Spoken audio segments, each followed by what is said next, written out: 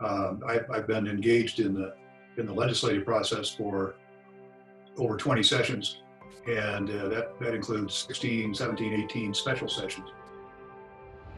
This session was special indeed, because we're in the COVID-19 process.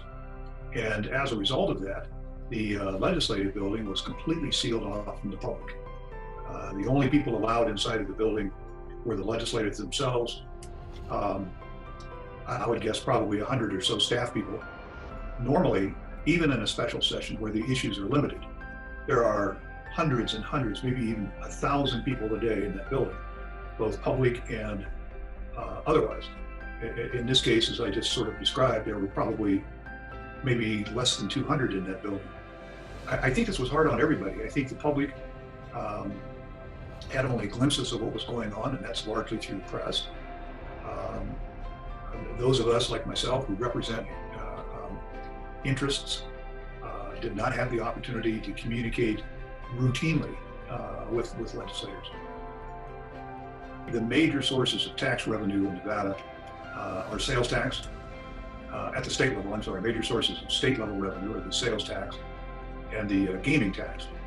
And as everybody knows, gaming was completely shut down for, well, I think it was in excess of 100 days.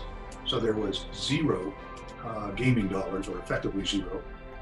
Retail slowed down tremendously because, as most people know, many shops, many stores were closed.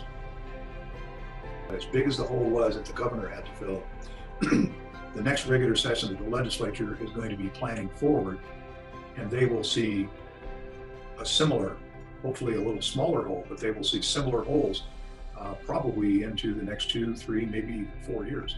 So Nevada has, because we're so dependent and our tax revenue is so dependent upon tourism and retail sales, we put ourselves in a position where our hole is deeper and takes longer to come out.